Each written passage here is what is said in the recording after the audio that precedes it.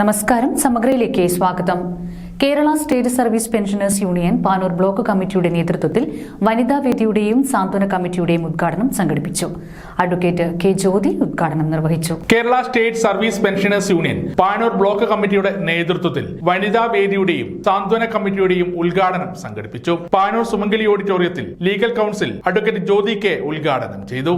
നമുക്ക് ആ പ്രശ്നങ്ങൾ പരിഹരിക്കാൻ സാധിക്കുക എന്ന് മനസ്സിലാക്കാൻ കഴിയും. അല്ലാതെ ഇപ്പം നമ്മൾ കോടതി സംവിധാനത്തിലാവട്ടെ അല്ല മറ്റ് നിയമവ്യവസ്ഥയുടെ മീഡിയേഷൻ സംവിധാനത്തിലാവട്ടെ എവിടെ ചെന്ന് കഴിഞ്ഞാലും നമുക്കൊക്കെ കിട്ടുന്ന ട്രെയിനിങ്ങും നിർദ്ദേശവും എന്താണ്? രണ്ടുപേരെയും കേൾക്കുക, രണ്ടുപേരുടെയും അനുഭവങ്ങളും അവരുടെ സജഷൻസും കേൾക്കുക.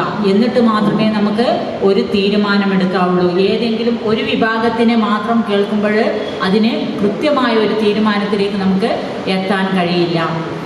അപ്പോൾ ഇന്ന് എനിക്ക് കിട്ടിയ സബ്ജക്റ്റ് എന്ന് പറഞ്ഞാൽ ഇന്ന് സ്ത്രീകൾ അഭിമുഖീകരിക്കുന്ന പ്രശ്നങ്ങൾ, അതാണ് മെയിനായിട്ട് എന്നോട് സംസാരിക്കാൻ പറഞ്ഞത്. അതുപോലെ നിയമമായിട്ട് നമുക്ക് യോജിപ്പിച്ച് കൊണ്ടുപോകാം എന്നുള്ളതാണ്. പക്ഷേ ആദ്യം നമ്മൾ തിരിച്ചറിയേണ്ടത് എന്താണ് ഇന്ന് പ്രസന്റ് ലോകത്ത്. കാരണം ഞാൻ നേരത്തെ പറഞ്ഞു, നിങ്ങൾ സീനിയർ സിറ്റിസൺ ആണ്.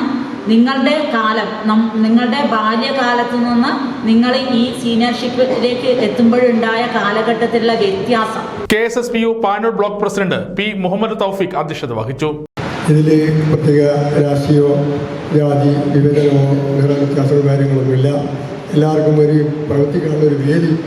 റിട്ടയർമെൻറ്റിന് ശേഷം സമരം ചെയ്ത് ഗവൺമെൻറ്റിനെ അട്ടിമറിക്കാനോ ഗവൺമെൻറ്റിനെ പരിശീലിച്ചിട്ട് പ്രൊഫഷണത്തിലാക്കാനോ നമുക്ക് കഴിയില്ല. നമ്മൾ റിട്ടയർ ചെയ്ത ആൾക്കാരാണ്.